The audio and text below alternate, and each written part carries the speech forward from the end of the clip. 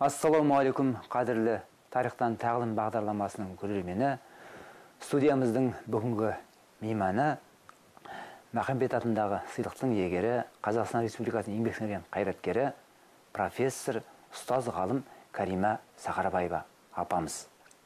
Карима Сүндетқызы, сіздің жайыққа бұл келісіңіздің мәртебесі жағдайы ерекше.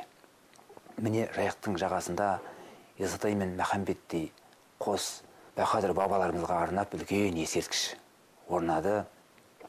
Бұл енді халықтың аңсап күткені, өйткені рухты көтеретін дүние ғой. Қазір рухани жаңғыру деп жатырмыз. Еліміздің тәуелсіздігі осындай бір жылында кезеңінде батырларымызға деген құрметтің болуы ұрпақтың тәрбиесіне үлкен тікелей әсер етеді. Енді Махамбет бабамыз Исатай басшысы мен қосшы деп Исатайдың тұлғасын бекітті өзінің жырлары арқылы. Әрі күйшілігі. Қай жағына алып қалайық, бірегей тұлға ғой тіпті. Әлемде бұндай тұлға бар жоғын білмейді екен мен. Махамбетке келіп, 50-ге толмайтын ғұмырында жүздеген жыр, оншақты күйі, кәдімгі бір ұлт, халық білдіріп тұрады барлығын. Кезекті сөздері. Махамбет деген бір есімнің өзі адамға бір жігер күш береді. Өсігінде сәбейлеріне атына Махамбет деп есім бергісі келеді, бірақ ойланып қорқады екен. Ауыр болып кетеді ау, мен соны Махамбетке сай тәрбиелей аламын ба алмаймын ба деген бір жауапкершілік сезінеді. Сосын ойланады екен. Енді сіз әңгіме тегін ақтысаңыз, осы Махамбет бабамыздан қалған күйлерді көпке дейін білмей келді. Осы бар күйінің өзін біз қадір қасиетіне жетіп жатырмыз ба? Ол күйлер не айтады, не береді бізге дегендей. Осы бағытта әңгіме айтыңызшы. Күй мұрасы дегенде Махамбет әрине батыр, ақын жыршы ретінде біздің халыққа танымал. Жырларын өзіміз мектепке бармай жүрген кезімізде айттық. Бірақ енді Махамбет пен Исатай көтерілісінің мәнін түсіндік, болмаса Махамбеттің кім екенін білдік деп айту әбестік шығар. Бірақ әлі дейін жатқа айтамыз, мен едім, мен нарында жүргенде еңіреп жүрген ер едім, Исатайдың барын екі тарлан бөредім деп, болмаса қыз барлығын Баймағамбет Сұлтанға айтқан сөзін бәрін жатқа білеміз. Мектеп қабырғасында оқыдық, кішкене түсіне бастадық. Осындай елдің, халықтың қамын қорғаған бақадыр батырларымыз болған екен. Соның бір енді өзім сол өңірде туғаннан кейін Исатай Махамбеттің тұлғасы әр уақытта біздің алдымызда биік тұрады. Қол жетпейтін бір асқар шың сияқты. Әрине, көрермен үшін айта кетсек, сіз жерлесіміз Атырау өңірі Мыңтөбе ме еді? Мыңтөбе, бабамда туғанмын негізі. 8-ші класқа дейін Мыңтөбеде тұрғанмын. Сол батыр бабаларымыздың шиырлар, тұлпарлардың жүрген ізі қалған жерлері ғой. Тұлпарлардың ізі қалған жер, себебі бала күннен жатқа білеміз деген, біз мына Мыңтөбеде тұрдық. Тау дейді, енді тау қазір Алатауды көргенде оны тау деп атауға болмайды, біз тау деп атадық. Қоңыр төбелер, сор, сол жерде Өтепқали Дінбаян, Исатайдың баласы, Дінбаянның баласы Өтепқали батырдың бейіті бар. Соны мен анау Атырау әңгіме мұхиты кітабымда жаздым. Кішкентай күнімізден біз атқа шауып өскен балдарымыз. Дінбаяндар көтеріліске кейінге қатысты ғой. Өтепқали батыр деп жазылған несінде. Соның Қарағайдан бейіт салған екен. Өтепқали батырға бір есерсоқ үй салғанда соның несін Қарағайын алып төбесіне салған соғын өртеніп кеткен. Соны бізді жылқы қайыруға жіберген кезде жақындап жылқы барса бармаңдар, беттерін сипап өтіңдер, жаңағы бісмиллаларыңды айтып өтіңдер деп, сол кезден бала күнімізден мен өзім 5-6 жасымнан атқа шапқан қызбын. Әкем фермада басқарды, колхоздың председателі болды. Соңынан пенсияға шыққан кезде жылқы бақты. Сол атпенен жаңағы доспыз. Дінбаянның баласы Өтепқали батырдың бейтін сол мектепке бармай тұрған кезде біліп өстік. Бірақ жылқы қайырғанда қасына жолауға қорқатынбыз. Жылқы алыстағаннан кейін екінші жағынан шығып барып қайырып құдыққа салуға тырысатынбыз. Сондықтан сол шауып өткен жер батыр бабаларымыздың сол жерде өскеннен кейін бір бөлекше ұрық беретін сияқты. Жырларын, термелерін бәрі орындайды. Әрине жырлардың термесінің бағын ашқан Ғарифолла Құрманғалиев. Енді осы толғау жырларының бірінші хатқа түсуі 1936 жылы Борис Григорьевич Ерзакович Махамбет менің жолдасым Исатай айтқан сөзін ән тектес вариантын жазып алып, Махамбет әнші, ақын деп тұжырым жасаған екен. Оның бір жағында енді біздер түсіріп жатырмыз. Топқа келгендерін күйінің белгілі болуы 1957 жыл. Осы өңірдің Тайпақ ауданынан Оразғали Сүйінбеков деген домбырашы Алматыға барады. Қанғали Сүйіншәлиев деген Казгудың мұғалімі туысы болса керек. Сол үйге түскен Мұстафа Смағұлов осы өңірдің тумасы. Мен ол кісіменен жақсы жұмыс жасадым бала студент кезімнен. Себебі зайыбы біздің Атыраудың қызы. Сәнду апамыз пединституттың ректор болған. Ол кісі ректор болып жүрген кезде мен пединститутқа түсіп, жолым болмай осы музыкаға кеткенмін. Сол Алматыда табысып, апама сонысын айтып, сіз ректор болғанда солай болып еді, солай болып еді, адасып кеткенің дұрыс болыпты, мына жолға келгенің деп. Мұстафа ағамыздың бүтін мұрағатының бәрі менің қолымда, баяғы үлкен бабина нелер енді ондай ол кісіден де Сейілхан Құсайынов бәрінен де қалған менде бар. 200-300-дің айналасы шығар. Әлі түсіріп, әлі қарап бола алмай жатырмыз. 200 жылдығында Махамбеттің бұрын 7 күйі белгілі болды. Жаңағы 57 жылы келген кезде Оразғали Сүйінбеков ағамыз жаздыра алмай, Ахмет Жұбановпен кездесіп, келесі жылы келуге уәде берген екен.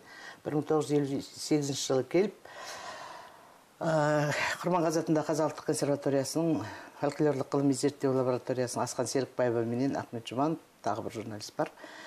Осы Махамбеттің Жұмыр қылыш, Қайран нарын және тағы басқа белгісіз 39 күйді жазып алып қалған. Ол таспа бізде әлі бар. Шетінен шығарып, мамандар қолданып, әртүрлі кітаптарға еніп жатыр. Сол жылы келгенде, 58 жылы, қазір ескі ұстауға да келмейді, Ахмет Жұбановтың Құрманғазы жинағы шықты, кішкентай сары кітап. Соның 10-шы бетінде Махамбет тартқан Жұмыр қылыш, Қайран нарын күйлері, Құрманғазының кішкентайының ата күйлері болып деген ссылкасы бар. Ата күйлері. Құрманғазыға дейін 18-ші ғасырда Махамбет күйдің іргесін қалап, күрделі мына дамыған. Оған дейін де әрине аңыз күйлеріміз бар, халық күйлері аты ұмытылған.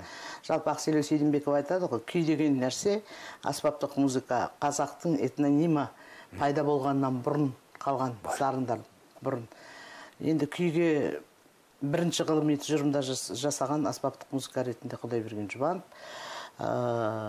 Және бұл біздің күйіміз, қазақтың күйі, ешбір елде, жер бетінде еш жерде жоқ, теңдесі жоқ өнер. Көк деген мағынаны береді дегенді оқыдым, Қашқари дүниесінен. Бұрын болды, көк деген мағынаны береді деген Күй Тәңірдің күбірі деген Айтжан Тоқтағанның кітабы да бар. Енді мына гипотезінің заңы бойынша қазір енді біз полный реальностьқа көштік қой түгелдей. Бұрын көк Тәңірдің күбірі сол Тәңірден берілген, көктен құлағына сыбырлап берілген деген аңыздар бар. Көптеген аңыз күйлер бар, көптеген халық күйлері бар. Енді 14-ші ғасырда, 15-ші ғасырда Қазтуған, Асанқайғы дейміз біз. 16-17-де Шінара күйшілердің аты бар, 18-де Махамбет. Сол екі күйден кейін, жаңағыдай ғылыми тұжырымдама жасағаннан кейін, біраз жыл өткенде, жалпы неге Махамбеттің күйлері аз жетіп отыр, неге таралмады деген кезде, мына айтқан сөзі халықтың арасында да қалды да, оны атымен айта алмады. Махамбеттің біріншіден күй таратып үйретіп жүретін уақыты жоқ, өзің білесің, азғана ғұмыры тек ат үстінде соғыспенен, көтеріліспенен өтті, халықтың теңсіздігін армандап. Екіншіден шәкіртті үйретіп жүретін уақыты жоқ. Үшіншіден ұрыс даласында ол ой келеді. Бірақ ұрыс даласында қолында семсер күй шығарып отырмайды ғой. Кейін келген күйлер соның өзінде осыншама күй қалғаны, бұл бір құбылыс деп мен ойлаймын. 69 жылы жаңа Мұстафа Смағұлов ағамыз өз асыл уақиымда жұмыс істеген, мамандығы басқа адам, тарихшы, үлкен ғалым адам. Нәумет Көшекбаев екеуі мына Калмыков түрмесінде Махамбет жатқан іздерменен іздеп келіп, сол жерде Махамбеттің шілтерлі терезе деген күйі бар дегенді естиді. Бұл 79 жылы. Естіп, сонан тауып Қанаш Иманбаев ақсақалды. Ол кісі 6 күй берген. Бірақ 6 күйдің екеуінің тек қана басы бар, Тарланым мен Жорық күйінің. Бабина менде әлі бар. Ұлы Отан соғысына қатысқан, мына сол қолының бір саусағы жоқ. Кейбір жерінде аттап кететін түрлері бар. Сарын тұр, не тұр. Соныменен сол күйлерді жазып алып, сол күйлердің үнтаспасын белгілі орындаушы Қаршы Ахмедияровтың қолына тапсырады. Сонан кейін 65 жылы жаңа Мұстафа Смағұлов ағамыз мына Жәнібекте ордада Биболат Айыпов деген кісіден өкініш күйін жазып, Биболат Айыпов бұл күйді біздің мына Өтеген ағамыздың қазір ортамызда бар, Құдайға шүкір, сол кісіден үйренгенін айтады. Соны Тымат Мерғалиев ағамыз ол кезде ғылым академиясында маман іздеп келіп, Өтеген ағадан жаңағы өкініш күйін Махамбеттің, сонымен басқа тағы басқа күйлерін жазып алады. Осы 6-8-9 күй сарапқа түседі. Қалижан Тілеуов, Әзітұлы Есқалиев, Қаршы Ахмедияров сынды үлкен біздің ұлы күйшілеріміз сарапқа салып, соның ішінен 7 күй таңдалады. Жаңа Қайран-нарын жұмыр қылыш, Исатайдың Ақтабан-ай, Жайғасу, Қиыл қырғыны, Шілтерлі терезе, 4-еуі Қанаш атамыздың орындауында, өкініш Өтеген Жұмашевтың орындауында 7 күй Әбіш Кекілбаев болады. Шашақ Найза шалқар күй атыменен бірінші жинақ сол 81 жылы келді жұқа кітап. Әбіш Кекілбаев ағамыз алғы сөзін жазған. Ол кісінің алғы сөзін енді сол күйлері Махамбеттің сол 57 жылдары шықты деген кезде дүдамал ой болған. Махамбет күйші болмаған. Махамбеттің күйі емес. Біреулер енді бірнеше адам орындап әкеліп отыр. Сол біз тоқтатқан жоқпыз іздеуді, жаңағы мұрағаттар бар толып жатырған. 2000 жылы 200 жылдығында Мұстафа Смағұловтың, Сейілхан Құсайымовтың аударып отырғанда мен ішінен жорық күйін таптым. Кәрім Байшашақов деген ақсақал, осы Оралдың тумасы басқа ауданнан. Жұбаныш Қыдырәлиев деген Балқұдық сүйіндік жағында болған. Содан бір күй таптым. Сонан кейін Атырау облысына біз фольклорлық экспедициямен келдік. Мәдениетті қолдау жылы еді ғой. Мына елбасының жарлықтарының барлығы біздің осы көмбеде қалған мұраларымызды тірілтуге, осы жинақтауға, сол жалғасып бәтір мәдени мұрамен жасауға, бәріне көмектесіп, рухани жаңғыру менен ұлы даланың 7 қыры, мына бәрі осы біздің қазақтың өнерінің, қазақтың қадір қасиетінің жеткізуіне септігін тигізіп отыр. Көп жұмыс біз бітірдік, әлі бітпеген шаруа одан да көп. Сол 2000 жыл мәдениетті қолдауда Арысымнан айырылдым деген күй таптық. Ол тесік тамақ Сабыр, өздеріңіз білетін Сабыр Мұқат. Ел кезбе болған адам ғой, Ресейге асып Астырқында Едіген Әбиев ағаларыңыз айтады ғой, сол досы болған әкесін аралап, Ганшкин арқылы, Исатай ауданы арқылы, Жамбай арқылы ат бар жерге, атпенен ат берген кісіге жоқ жерге жаяу. Ақбәтерде музейде осы домбырасы тұру керек сол кісінің. Қайда? Ақбәтерде домбырасы болу керек. Соның домбырасы мен сол кісі менің бір менеджерімде жатқан тағы бір арман демей-ақ қояйын, алға қойған мақсатымның сол кісі өте мықты домбырашы болған. Шамон Қажығалиев ағамыз айтқан маған, танисыз ба дегенде, мен оқаптан жоғары қоям Сабыр Мұқатовты. Себебі біз интернетта жатқанда бізге сабақ берген, домбыра үйреткен. Шамон Сағадиұлының мен домбыра ойнаған, не естідім, есімнен танып қалғанмын. Қалай дирижер болып кеткен, Қалижан Тілеуовтен бітірген ғой. Енді Қалижан Тілеуов ағаларымыз, Лұқпан Мұқитов ағаларымыз біздің консерваторияның алғашқы ұстаздары ғой. Бұл да Ахмет Жұбановтың ұлылығы. Мына ауылдағы дәстүрлі музыканың тінін арқауын бұзбай бірінші түскен консерваторияға. Сол Ахмет Жұбанов салған сары жол әлі жалғасып келе жатыр. Егерде сол Махамбет бабамыздың күйлері сол кезде Қаршы Ахмедияровтың қолына түспесе, осындай дәрежеге жетер-жетпеспейді деп ойлаймын. Композитор жазған шығармасын өзінің орындай алады-ау, мінез құлқы келеді алады-ау, осылай жеткізе алады-ау деген адамға береді. Ол кезде біздің арыстарымыз көп болды ғой, ол заманда. Сол осы 7 күйді өзі шығарып ойнап, ескіге жазып, сол 2000 жылы біз 4 күйін тауып, сонан кейін 2003 жыл, 200 жылдығында Мереке Құлкеновтың бас редакторлығымен өлке баспасынан Махамбет Исатай көтерілісінің екеуінің тұлғалануына, өнерлеріне арналған 20 томдық бүтін қазақтың зиялы қауымының, жазушыларының, ақындарының бәрінің несі бар, ішінде жазылған. Сол кітаптың 18-ші томы Махамбеттің музыкалық мұрасына арналды. Бұнда біз жаңағы 11 күйі, сонан кейін Махамбет әнші де болған, ән де шығарған. Оны Исатай Махамбет кітабында Әнес Сарай ағамыз жақсы жазады. Бес тайға үш тайпа деген әндерді салған. Бес тайпа үш тайға ән үш тайға сатып алған дейді. Бес тайпа әнін өзінікі деп айту Махамбеттің қиынырақ дейді. Сонымен анау жаңағы Ноғайлы әннің халық әні. Оны жылы екенін әр қазақ біледі. Соның ішіндегі сөздер Махамбет салған ән, Махамбет әнші болған деген тұжырымды айтады. Сонау Ноғайлы дәуірінен ол Шалгиз жаңағы Доспамбет кімдерден жалғастырды. Мен дарыммын деп асқақтамады. Солардың өнерін алып бізге жалғастырып отырған. Сонда жаңағы жылы әніне қарап айтсақ, мына батыстың мақамының Мұхит бабамыздан болмаса Қиса Балораздан жалғасқан мақам сол Махамбеттен келген. 1965 жылы Тымат Мерғалиев, күйтанушы, зерттеуші, Саратов облысы Краснокутск ауданы Коминтерн колхозында тұратын сатып ал деп қабылдан жазып алады. Және нотаға түсірген. Тек қана 4 жолы. Ресейден, осы Орал жерінен Ресейге алған нәубет жылдарында қазақтар екен, айтқан, кейін уақытым болмады деді. Мен бүгін мақаламда, баяндамамда айтамын. Сонан кейін сол 2000 жылы Атырау облысында жүргенде Манап әкесі Дәулетов, Манарбек баласы, атақты жыршы, қызы бар домбырашы.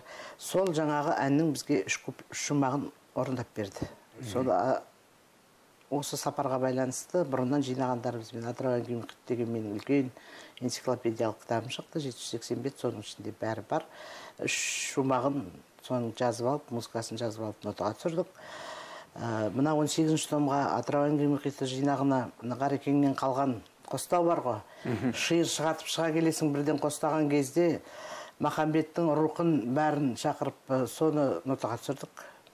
Сосын мынау басқа Ей Махамбет жолдасым, Соғыс әндерін Нариман Екенбаев болады, Ұспанов, Мекес Төрешев, Қатимолла Бердіғалиев, Ғарекеңнің шәкірттері Сәуле Жампейісова, Сәуле Таудаева, Сағадат Рахметжанов, тағы басқа көптеген әншілер салды ғой. Сол әрқайсының эталондық варианттарын таңдадық.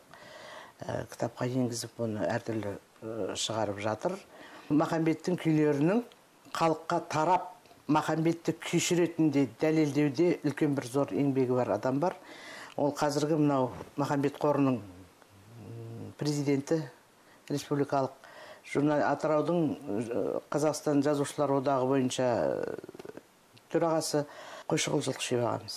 Ол кісі Махамбеттің басын көтерем, кесенесін салам деп істі де болған. 8 жыл түрмеде жатқан.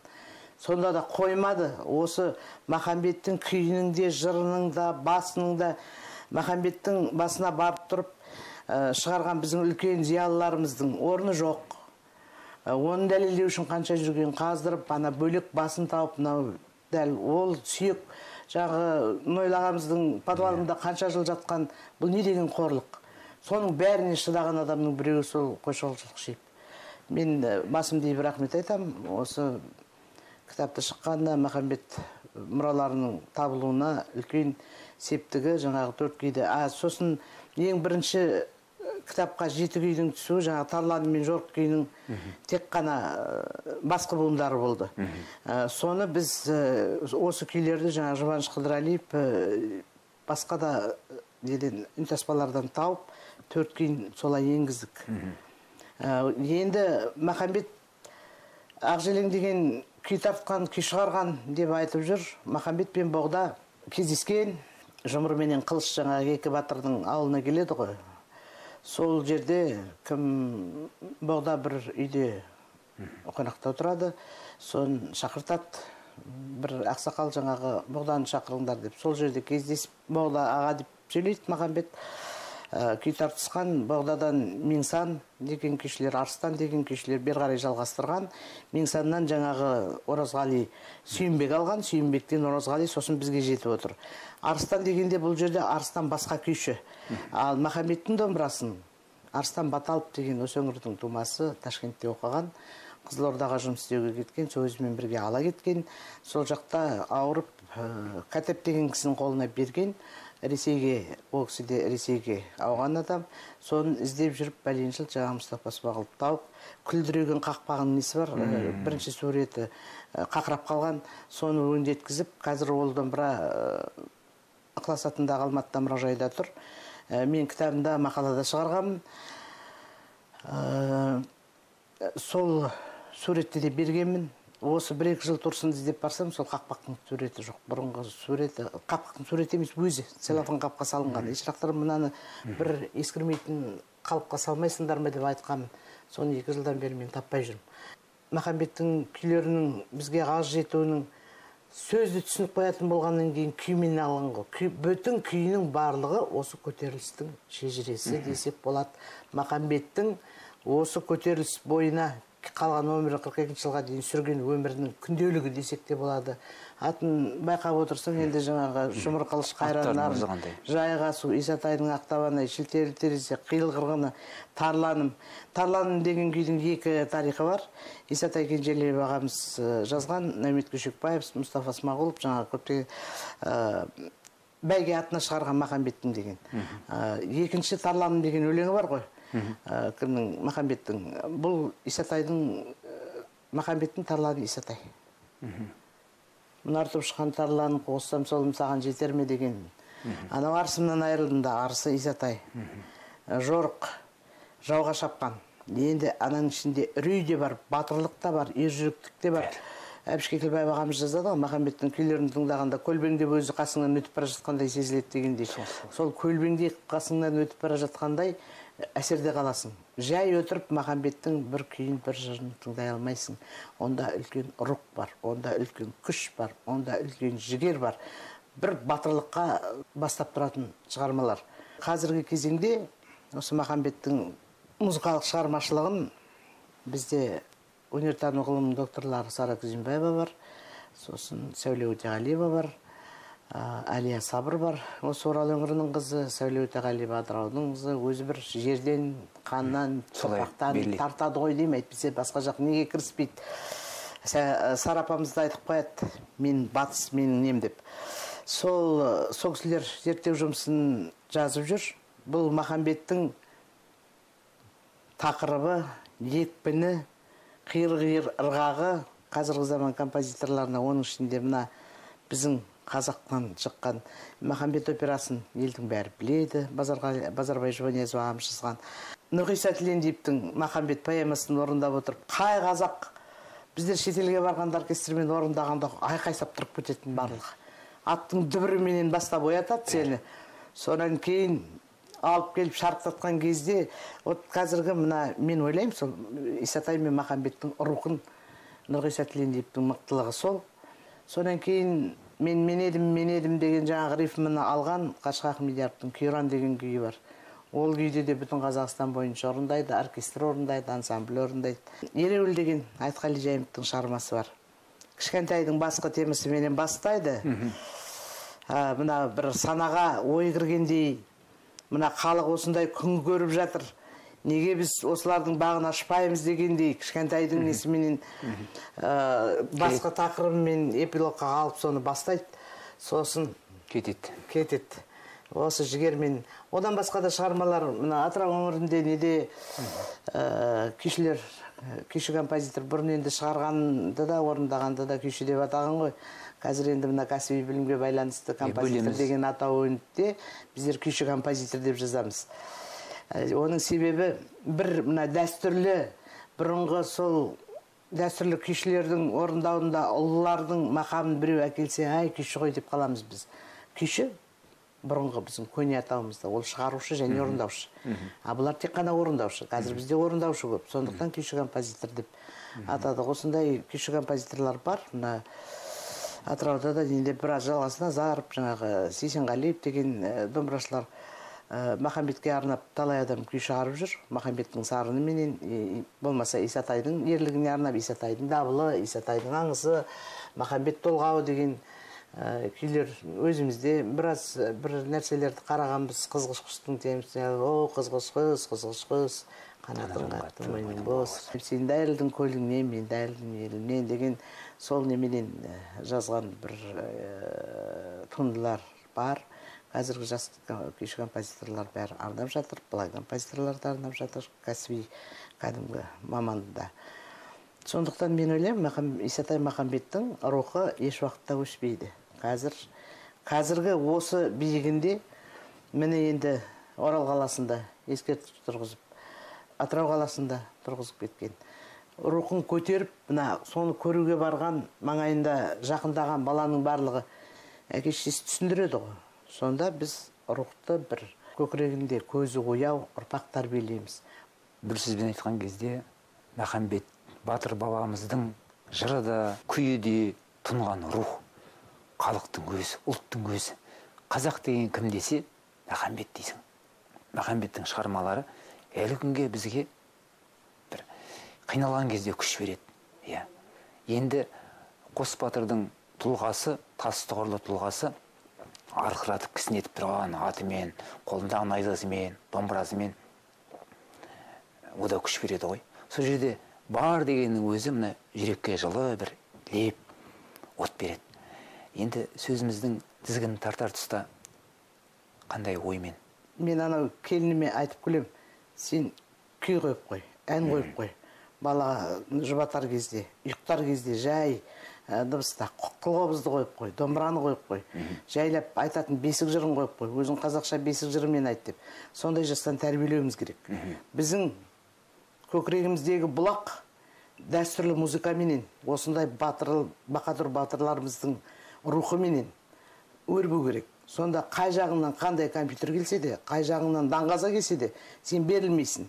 Қазір біздің кейбір домбырашыларымыз өздеріне мына қалың ортаны тартамыз деп эстрадаға да салып, орындап жүр, денетіп жүр. Егер де ол, мысалы, Айгүл Үлкенбаева сияқты дәстүрлі негізі ешбір бомбамен жаралмайтын адамдар шығарса, тәрбиелесін. Кейбіреулері ана сүтіне, дәстүрлі күйдің сүтіне жармай жатып, соны бастап кетеді. Қазір кейбір кезде шоу болып кетті.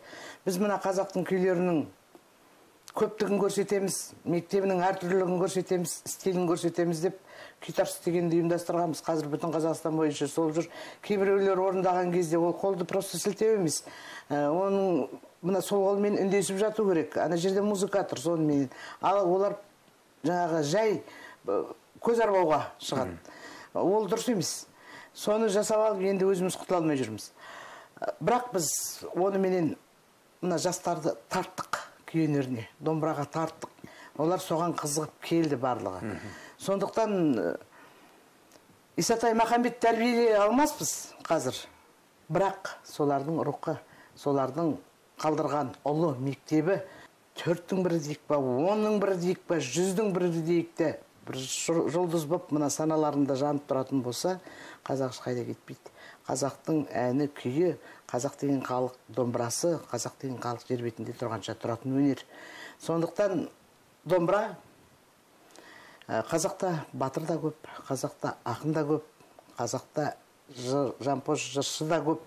Бірақ Махамбет соның бәрін бір басқа қондырған адам. Бір басқа қондырған адам. Махамбеттің ұлылығы сол болмайтынды болдыра алғандығында деген Әбіш Кекілбаевтың сөзі бар. Болмайтынды болдыра алғандығында адамзат баласынан бір жоғары көретін күшті бір басына қондыра алғандығында. Батыр десең батыр, ақын десең ақын, жыршы десең жыршы, күйші десең күйші, әнші десең әнші. Не керек? Әнші көп, жыршы көп, бірақ батыр бола алған жоқ. Ең бірінші Махамбеттің батырлығы. Осы бүгінгі күнді аңсап, соны бірінші ғасыр бұрын көріп бастады Исатай. Оған Махамбет жолдасы да бола алды, досы да бола алды, туын берік ұстап, осы өнермен рух берді. Соғысқан батырлар көп қой бізде, бірақ қасында Махамбеттей өнерлі болған жоқ. Мына көтерілістің рухын тереңдеткен, мазмұнын тереңдеткен, бүтін халыққа, мәңгілікке осындай мұра болып қалдыруға Махамбеттің үлесі зор. Сіздің әңгімеңізге сыналап сұрақ қоя алмадым, өйткені ол қажет болған жоқ. Бәрін мөлдіретіп, орын-орнымен айтып бердіңіз, түсініп тыңдадық, көрермен де солай тыңдап көп нәрсе алды деп ойлаймын. Көп рахмет. келіп ат басын бұрып осындай әңгіме айтып бергеніңізге. Қадірлі көрермен бауыр, осымен тарихтан тағылым бағдарламасы тәмам. Көріскенше күн жақсы, рухымыз асқақ болсын.